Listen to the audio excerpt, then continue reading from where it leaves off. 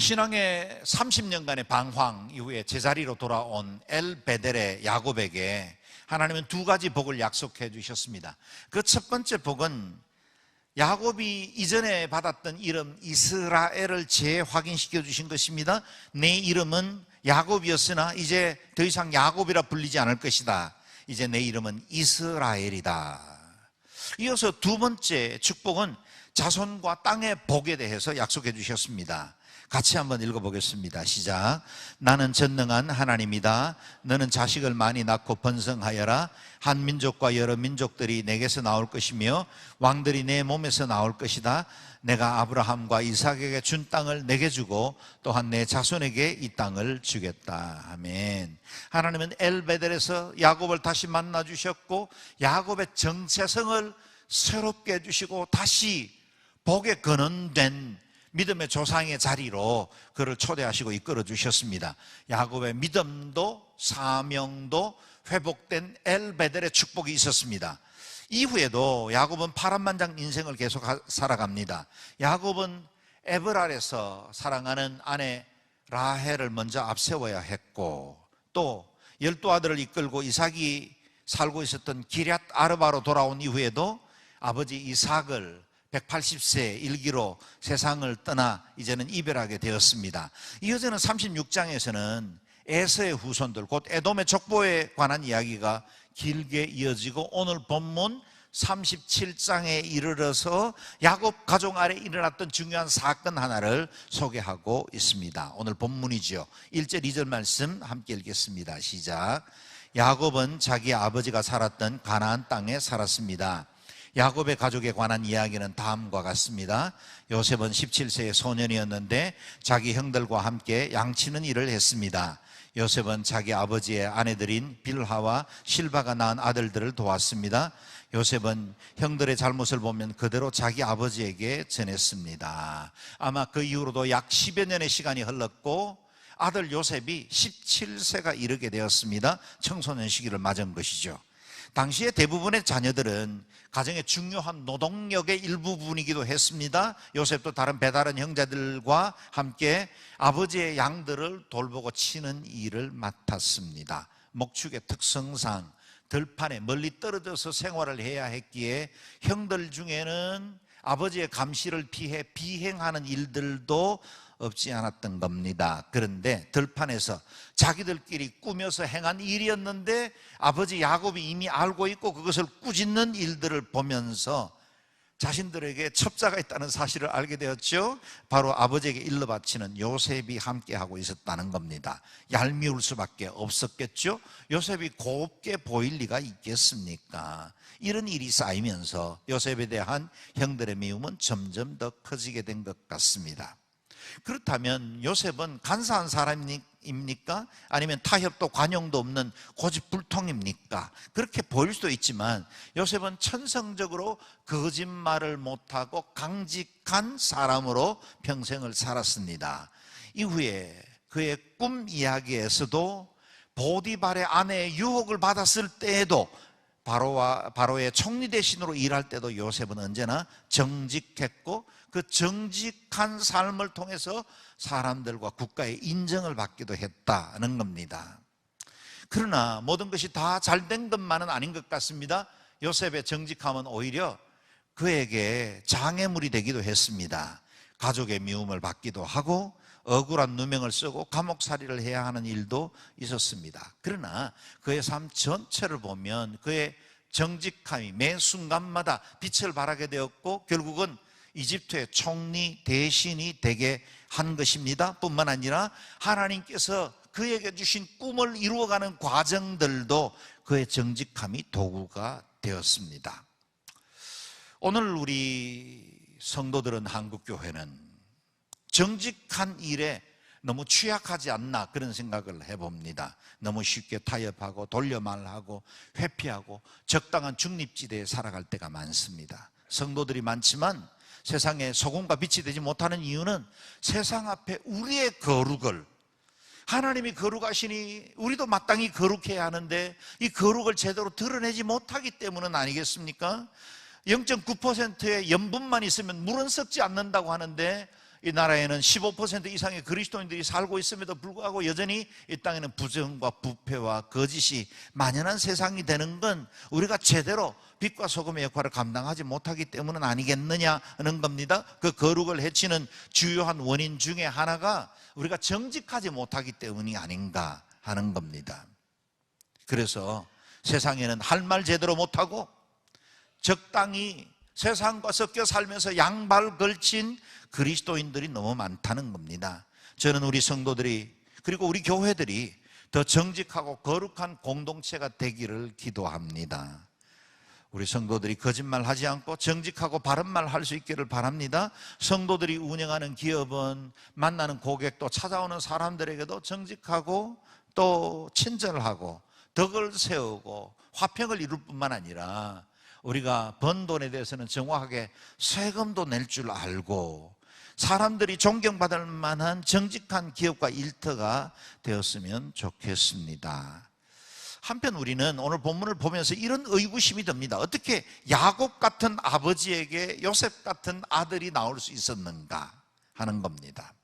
아버지 야곱은 태어날 때부터 발목을 잡은 자요 속이는 자였고 술수에 능한 자였습니다. 그런데 아들 요셉은 거짓말할 줄 몰랐고 너무 정직한 나머지 손해보는 일들도 많았다는 겁니다. 어떻게 그런 가정에서 이런 아들이 나올 수 있었을까요?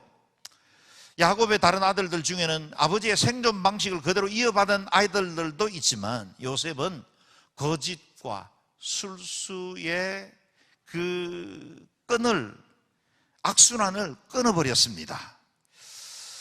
그렇습니다. 히스기야 같은 선한 왕에게서도 므낫세 같은 악한 아들 왕이 생겨날 수 있습니다. 므낫세는 바알과 아세라를 섬기고 신접한 박수들을 그 곁에 두었습니다. 예루살렘 안에도 수많은 우상 숭배를 하고 산당을 섬겼습니다. 심지어는 그의 죄에 대해서 지적하는 이사야를 톱으로 켜서 죽이는 악행을 범했습니다. 어떻게 히스기야 같은 선한 왕에게 므낫세 같은 아들이 나올 수 있을까? 예, 그럴 수 있습니다. 동시에 아몬과 같은 이 악한 왕에서 어떻게 요시야 같이 선정을 베푸는 왕이 나올 수 있었을까요? 네, 그것도 그럴 수 있습니다. 온유한 사람, 화평을 추구하던 사람 이삭에게서 권모 술수에 능했던 야곱이 나올 수 있었다면 또 야곱에게서 정직한 요셉 같은 아들도 나올 수 있다는 겁니다. 그러므로 가정 환경이나 부모만 탓하며 살면 안 됩니다. 분명 우리는 가정과 부모의 영향을 지대하게 받으면서 성장합니다. 그럼에도 불구하고 우리가 장성하였다면 우리의 개인의 가치를 스스로 정체감을 만들 수 있는 때가 되었다면 더 이상은 부모의 탓이나 가정 배경을 핑계로 숨어들어서는 안 됩니다. 요셉에게는 야비한 아버지 옛 야곱의 영향력도 미쳤겠지만 야복 나루터에서 엉덩이 뼈가 위골된 채로 절뚝거리며 브니엘의 새아침을 맞이한 새로운 야곱 이스라엘도 그의 아버지였습니다. 부모님으로부터 어떤 영향을 받을 것인지 무엇을 담고 살 건지는 내가 결정할 수 있습니다. 부정적인 영향에 대해서 거절하고 끊어버릴 수 있습니다.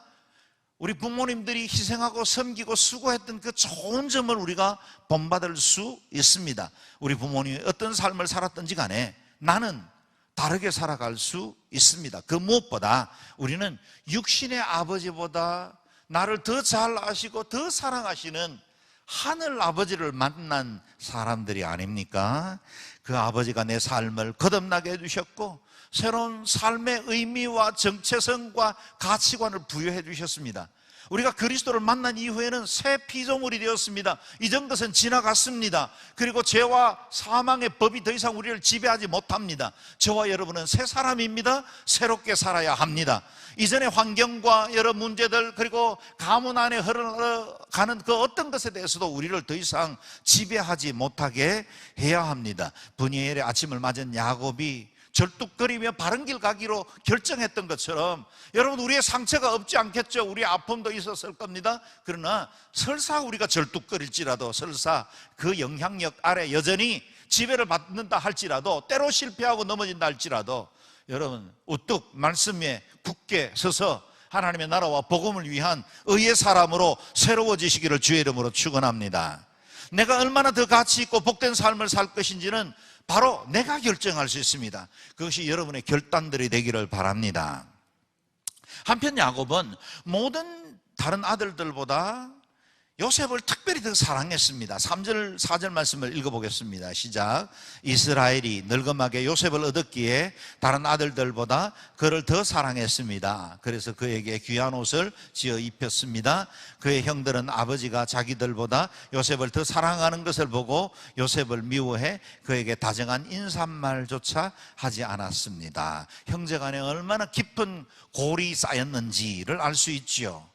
요셉이 형들의 미움을 받게 된 것은 직접적으로 그 자신의 잘못이라기보다는 편애하는 아버지 야곱의 치우친 사랑 때문이라 할 수 있겠습니다. 한편 우리는 야곱이 왜 이토록 요셉에 대해서 목을 매듯이 사랑하는지 그의 애정에 대해서도 이해는 갑니다. 야곱에게는 4명의 아내가 있었습니다. 그러나 야곱이 진정으로 사랑한 아내는 라헬밖에 없었습니다. 외삼촌 라반에게 쏘가 라헬인 줄 알고 혼인의 첫날 밤을 보냈는데 언니 레아가 그의 침소에 있었던 겁니다. 다시 7년을 더 일해 라헬을 아내로 얻을 수 있었습니다. 다른 두 여종은 야곱에게 아들들을 낳아주기는 했지만 그러나 아들을 위한 씨바지였을 뿐이었습니다. 요셉은 라헬이 아이를 갖지 못하던 중에 기적처럼 낳았던 아들입니다. 아들이 없는 채로 오래 지나다가 하나님의 은혜로 요셉을 얻었던 겁니다. 그랬으니 사랑하는 아내 라헬이 힘겹게 얻은 아들 얼마나 사랑스러웠겠습니까? 그리고 얼마 있지 않아 라헬이 둘째 아들 베냐민을 낳던 중에 난산으로 죽음을 맞습니다. 야곱은 충분히 사랑하지 못했던 라헬에 대한 애정을 요셉에게 쏟아붓고 있었던 겁니다. 특히 요셉은 어릴 때 엄마를 잃고 남의 손에 자라야 하는 가여운 아이가 아닙니까? 편에도 이유가 있습니다. 편에도 이해할 법도 합니다. 그러나 그럼에도 불구하고 노골적인 편애로 다른 형제들에게 상처를 주고 분노를 심어주는 것은 결코 지혜로운 행동일 수 없습니다. 요셉이 입고 다니던 채색 옷은 다른 형제들에게는 정오의 대상이 되었고 차별받고 있다는 메시지가 된 겁니다. 부모도 사람이니 더 마음 가는 자식이 없지는 않을 겁니다. 그러나 부모의 편애는 형제간의 우애를 깨뜨리고 가정의 불화의 씨앗이 됩니다. 편애받는 자녀는 당연히 애정인 줄 알고 누리고 있겠지만 편애에서 소외된 자녀는 질투와 원망과 적개심을 쌓아갈 수밖에 없습니다. 우리에게도 아들만 귀하게 여기던 엄마, 장난만 싸고 도던 아버지, 공부 잘하고 능력 있던 자녀만 두둔하던 부모, 우리 주변에도 이와 같은 편애 속에 아픈 마음을 끌어안고 성장한 사람들이 적지 않을 겁니다. 우리는 얼마간의 부모의 편애 속에서 성장한 것도 사실입니다. 그런데 조금 관점을 바꿔서 야곱의 일방적인 사랑을 받으며 성장한 요셉의 입장에서 오늘 본문을 재해석해 보면 좋겠습니다. 요셉은 엄마 없이 자란 아이답지 않게 성품에 구김이 없습니다. 늘 긍정적이고 밝습니다. 꿈꾸는 사람이었습니다. 어떻게 그것이 가능했을까요? 아버지 야곱의 절대적인 사랑과 보호가 있었습니다. 결핍된 어머니의 사랑을 채울 만한 충분한 아버지의 사랑이 있었기에 요셉은 사랑받으며 자라날 수가 있었습니다. 이것이 요셉의 인성과 성품을 건강하게 자라날 수 있는 자양분이 된 겁니다. 그런데 여러분 아십니까? 저와 여러분은 하늘 아버지의 일방적인 편애 때문에 구원받고 영생 얻은 사람들입니다. 우리가 사랑받을 자격이 있어서도 아니고 사랑받을 만한 행동과 삶을 살았기 때문도 아닙니다. 하나님이 그저 사랑해 주신 거예요. 그래서 여기까지 우리의 삶을 인도해 주셨고 우리의 인생 가운데 하나님의 복을 허락해 주신 것입니다. 요셉이 입고 다니던 채색 옷이 야곱의 편애를 상징한다면 우리를 향한 하나님의 편애를 상징하는 것은 십자가입니다. 야곱의 편애는 인간적인 일그러진 성품에서 비롯되었지만 하나님 아버지의 편애는 그야말로 무조건적으로 사랑하시는 하나님의 완전한 성품으로부터 비롯되었습니다. 그분의 사랑의 높이와 깊이와 길이와 넓이, 그건 청량할 수 없는 것이죠. 그 사랑이 저와 여러분에게 임했습니다. 저와 여러분은 편애받아 여기까지 구원받고 은혜 누린 사람임에 틀림이 없습니다. 물론 우리 중에도 부모님의 일그러진 사랑으로 상처와 소외 속에 성장한 분이 없지 않을 겁니다. 나도 사랑받고 싶었죠. 나도 중요한 아들이고 싶었고 딸들이고 싶었습니다. 내게도 따뜻한 손길이 필요했고 언제나 격려와 칭찬이 필요했었습니다. 그런데 우리는 목마른 채로 살아온 사람들이 없지 않지요. 인정받지 못한 주린 마음이 있을 수 있습니다. 그러나 이제 우리는 하나님의 그 일방적인 사랑, 전적인 은혜로 우리는 거듭났고 사랑을 입게 되었습니다. 우리 주님이 나를 용납해 주십니다. 있는 모습 그대로 받아주셨습니다. 우리는 편애를 입은 사람들입니다. 그래서 다윗의 고백과 같이 내 부모가 나를 버릴지라도 여호와는 나를 받으실 것입니다. 혹시 육신의 부모가, 그럴 리 없지만 간혹씩 뉴스 보도에 드러나는 것처럼 혹시 육신의 부모가 나를 실망시킨다 할지라도 여호와 하나님, 저와 여러분의 아빠 아버지는 결코 우리를 버리지 않습니다. 우리를 받아주십니다. 담대하게 고백하셔도 됩니다. 이제는 마음 놓으셔도 됩니다. 용광로 같은 하나님의 사랑 안에서 결핍도 원망도 아쉬움도 서운함도 다 녹아져서 치유받고 새로워져서 하나님의 새 피조물로 살아가는 믿음의 사람들 되시기를 주의 이름으로 축원합니다. 같이 한번 찬양해 보면 좋겠는데요. 하나님은 한 번도 나를 실망시키신 적 없고 언제나 공평과 은혜로 나를 지켜주셨습니다. 그분은 신실하신 하나님이십니다. 같이 찬양하겠습니다.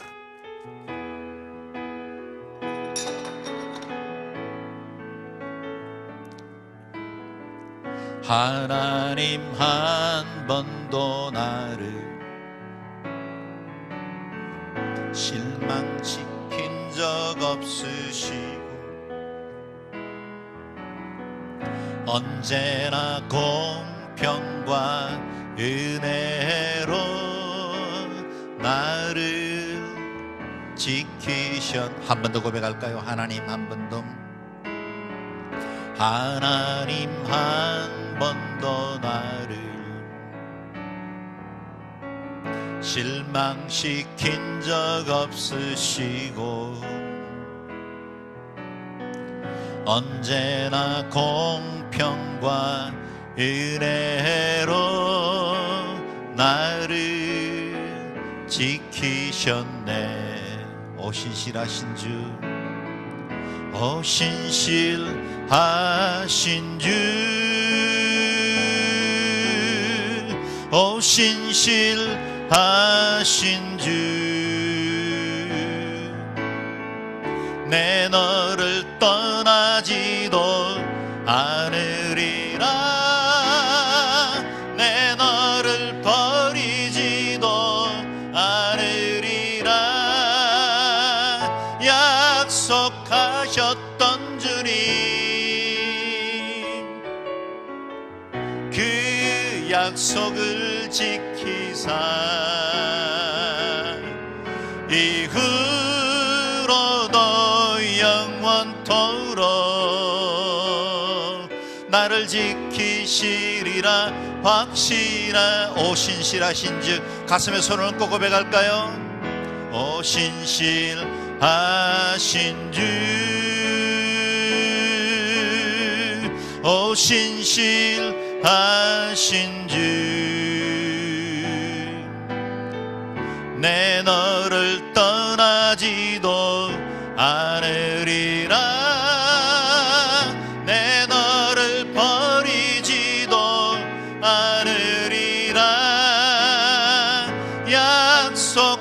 약속하셨던 주님, 그 약속을 지키사 이후로도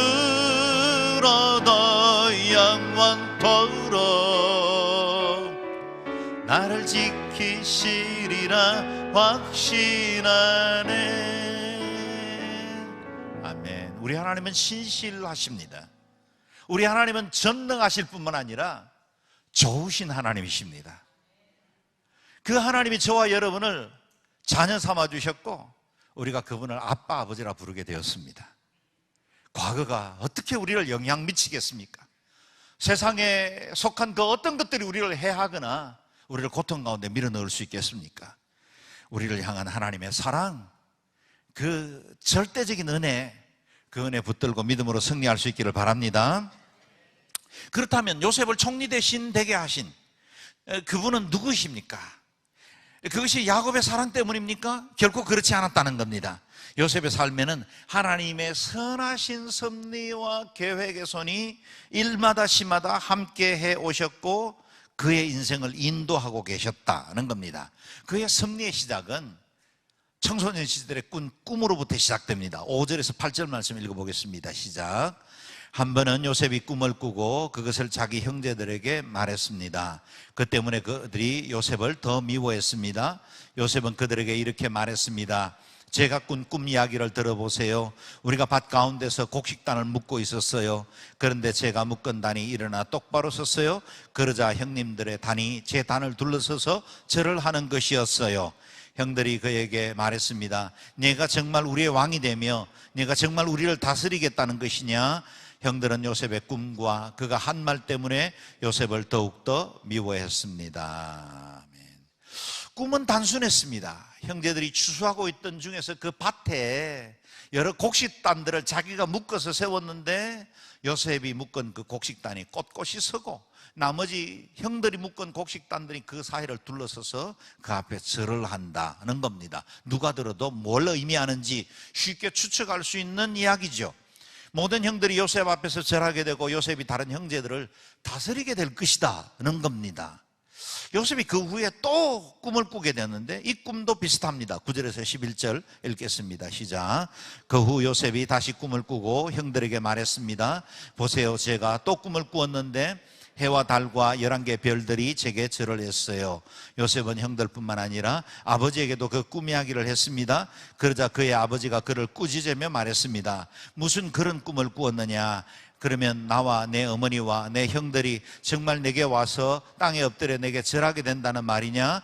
그의 형들은 요셉을 많이 질투했으나 그의 아버지는 그가 한 말을 마음에 담아두었습니다. 아멘. 이번에는 배경이 하늘의 일월성신입니다.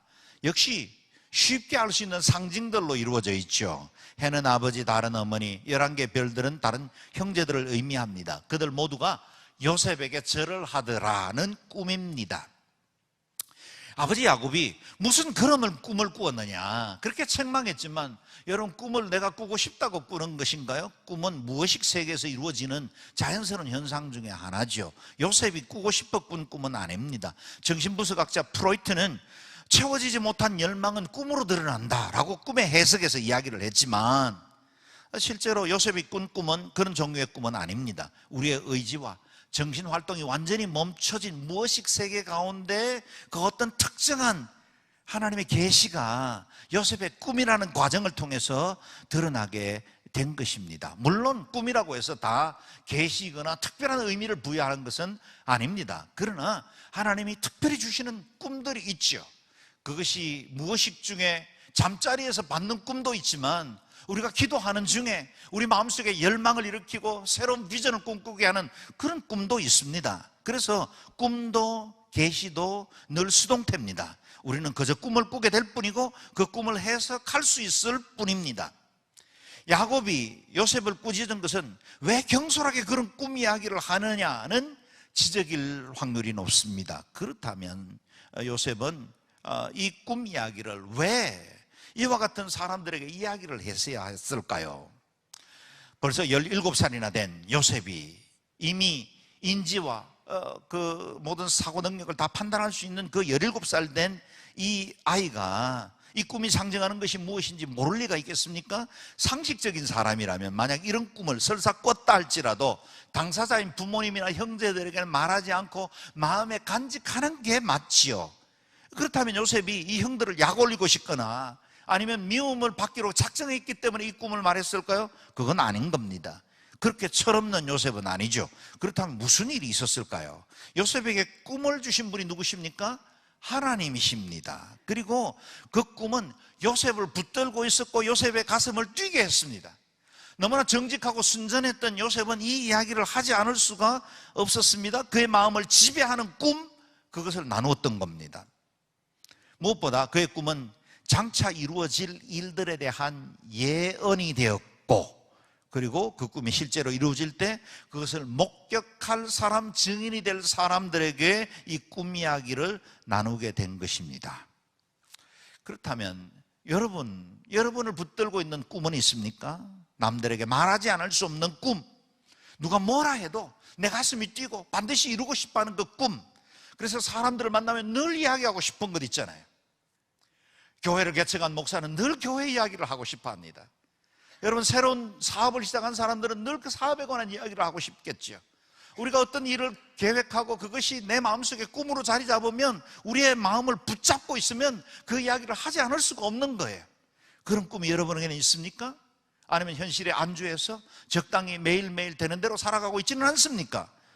그 꿈이 만약에 하나님이 주신 꿈이 되고 그것이 주의 뜻을 이룰 수 있는 꿈이라면 두 가지 조건이 필요합니다. 첫 번째는 자신의 열정과 소망에서 비롯된 것이 아니라 하나님께로 받은 것이어야 하고, 둘째는 그 꿈이 이루어질 때 자신이 아니라 하나님의 영광이 드러나야만 한다는 겁니다.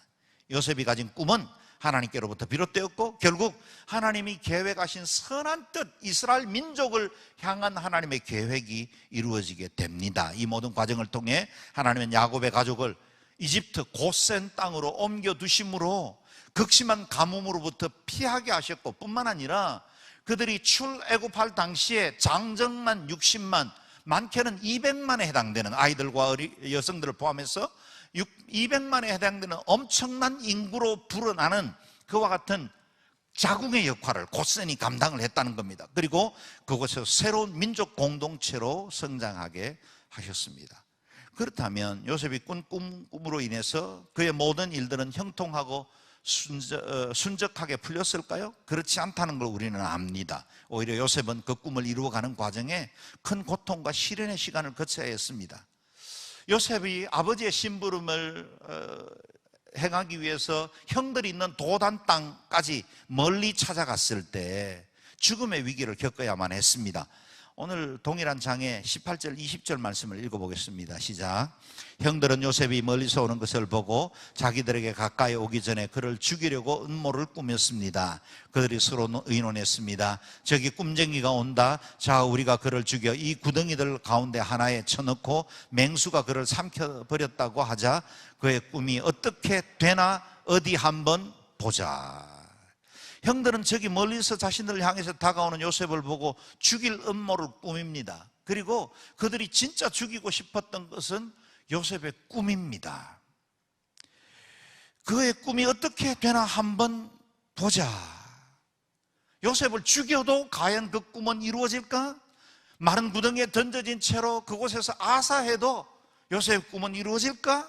그 꿈을 한번 어디 보자 라고 한 겁니다. 이것이 세상이 우리의 꿈에 대해서 대하는 태도입니다. 늘 비평합니다. 비관적입니다. 지적질합니다. 그렇게 해서라도 우리가 가지고 있는 꿈이 제대로 이루어지지 못하게 막아서려고 할 거예요. 그런데 만약에 나를 붙잡고 있는 그 꿈이 하나님께로부터 비롯됐다면 그 어떤 방해, 그 어떤 장애들도 뛰어넘는 하나님의 역사를 이루고야 말게 될 겁니다. 다행히 맏형 러우벨의 호의로 죽음은 면했으나 광야 마른 구덩이 안에 던져진 채 두렵고 고통스러운 시간을 보내야만 했습니다. 이후에는 형 유다의 기지로 구덩이에서 끌려나와 이스마엘 상인들의 손에 은 20개에 팔려진 채로 이집트의 노예로 팔려가야만 했습니다. 그야말로 피부치 형들에게는 버림을 받았고 사랑해주던 아버지와 헤어져야만 했습니다. 모든 환경들이 다 바뀌었고 그가 그동안 누리고 있던 모든 지위와 그리고 혜택들이 다 박탈당하게 되었습니다. 못된 형들은 요셉의 옷에 염소의 피를 묻혀서 야곱에게 가져갔고 요셉이 야생동물에게 찢겨 죽은 것 같습니다 라고 거짓말을 합니다. 이 일로 야곱은 큰 슬픔에 빠졌고 누구의 위로도 소용없는 끔찍한 노년을 보내게 되었습니다. 이렇게 한 가정의 왜곡된 사랑은 비극적인 결말로 끝을 맺는 것과 같이 보입니다. 분명 여기까지만 스토리를 듣는다면 요셉의 꿈은 복이 아니라 오히려 비극을 불러들인 것이라 할 수 있겠습니다. 그런데 여기 마지막 절 한 절 말씀에서 하나님의 기가 막힌 섭리의 손을 새벽 아침에 떠오르는 여명처럼 발견할 수 있습니다. 36절 말씀 같이 읽어봅니다. 시작. 한편 미디안 사람들은 이집트에서 요셉을 바로의 신하인 경호대장 보디발에게 팔았습니다. 이 정확한 하나님의 섭리의 내비게이션을 보십시오. 여러분, 우리가 운전을 하고 낯선 길을 갈 때는 늘 내비게이션의 도움을 받지 않습니까? 그런데 여러분, 늘 우리의 삶 속에 우리의 미래도 우리의 인생에도 하나님의 정확한 섭리의 내비게이션이 우리를 안내하고 있다는 사실을 기억하십시오. 장차 바로왕을 만나고 총리 대신의 자리에 오르기에 가장 적절한 자리에 요셉을 두셨습니다. 바로의 경호대장 보디발의 집에 팔려 노예로 살게 된 것입니다. 하나님이 돌리시는 섭리의 맷돌은 언제나 천천히 도는 것 같지만 거기에서 나오는 가루는 곱습니다. 비극처럼 보이지만 하나님의 뜻을 이루기에 가장 선하고 완전한 방법으로 하나님은 요셉을 한 걸음씩 인도하고 계셨습니다. 그의 걸음은 분명 불행해 보이고 고통이 반복되는 것처럼 보이고 억울한 일이 계속됩니다. 그런데 그 모든 과정에도 하나님의 내비게이션이 그의 인생을 인도하고 계셨습니다. 여러분의 삶에도 하나님의 섭리의 내비게이션이 있습니다. 선한 길로 인도하실 줄로 믿습니다.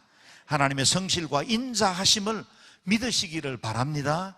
내가 이해되지 않고 내 눈앞에 있는 상황이 나를 어렵게 한다 할지라도 그것을 인해서 낙심하거나 포기하지 마십시오.